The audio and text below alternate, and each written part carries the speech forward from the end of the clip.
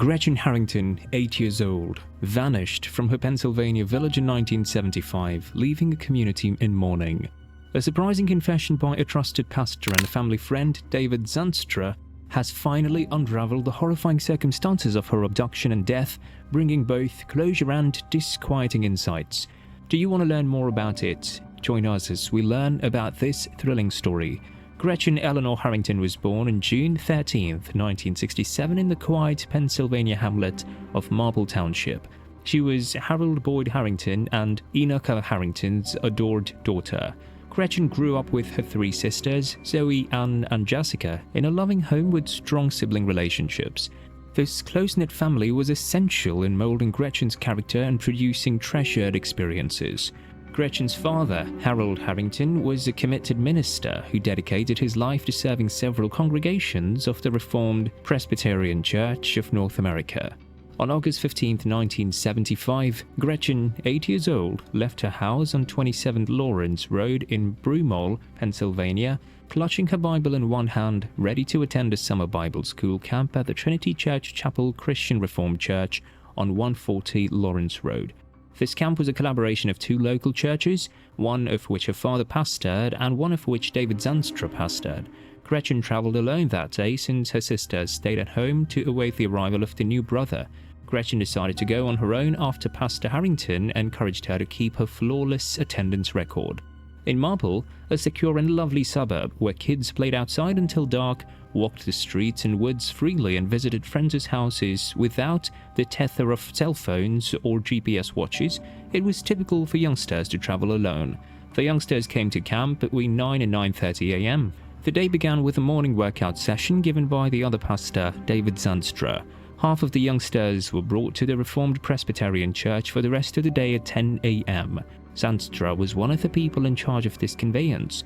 Gretchen's father, Harold Harrington, got anxious when she did not appear at the second church, where he was waiting by 10:30 a.m. He began scanning Lawrence Road, worried Gretchen had drifted off or gone home. When he couldn't find her, he called David Zandstra's wife, Margaret Zandstra, who was at Trinity Church. Margaret told Harold that her husband, David Zandstra, had come back to the Trinity Chapel after bringing the children, but he hadn't seen Gretchen that particular day. Both the Harringtons and the Zandstras were preachers, and their families were interwoven. Gretchen's closest friend's father, David Zandstra, added another layer of complication to the scenario. Concerned about Gretchen's location, David Zandstra phoned the Marple Township Police Department at 11:23 a.m. and reported Gretchen missing. He described her as an 8-year-old girl with blonde hair pulled back in bunches, 3 feet 6 inches tall, weighing 50 pounds and dressed in dark blue shorts and a white shirt with no apparent buttons. The hunt for Gretchen became more intense as the day progressed without any trace of her. Hundreds of individuals helped with the search, which included Pennsylvania State Police flying over the region in a helicopter. Gretchen's portrait was used on flyers, and the town was seized by fear and confusion. Human remains were discovered by a jogger in Ridley Creek State Park, roughly 20 minutes from Gretchen's house on October 14, 1975, 2 months after her disappearance. These bones, eventually identified as Gretchen Harrington by dental records, revealed signs of cranial brain damage, indicating that she'd been hit on the head. Gretchen's abduction had a dramatic impact on the town, breaking the previously prevalent feeling of safety and innocence. For decades, the case remained unresolved, and speculation lingered about what had happened to Gretchen on that terrible day. On January 2, 2023, a lady came forward to the Pennsylvania State Police as a confidential informant.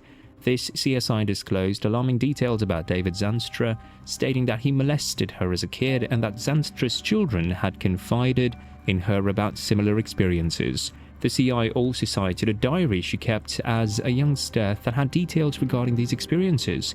State troopers launched an investigation into the accusations right at once, believing they may hold the key to solving Gretchen's cold case. The CI's information refocused attention on David Zandstra as a possible suspect. David Zandstra was detained by state troopers in Marietta, Georgia on July 17, 2023. During the questioning, he admitted to being involved in Gretchen's disappearance and murder.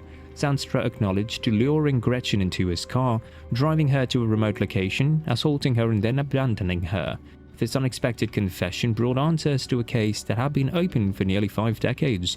Zandstra has been detained and charged with first, second and third degree murder, kidnapping of a juvenile and possession of a criminal instrument. He's now detained and attempting to avoid extradition to Pennsylvania.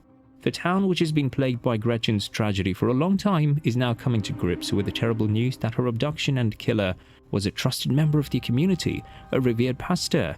The arrest of David Zandstra gave closure to a case that had been confusing detectives for decades, but it also resurrected old scars and highlighted serious concerns about how such a horrible act could have gone unnoticed for so long. We hope that you're drawn to the story as much as we are. If you want to learn more about criminal cases and extraordinary tales, like, subscribe, and press the notification bell.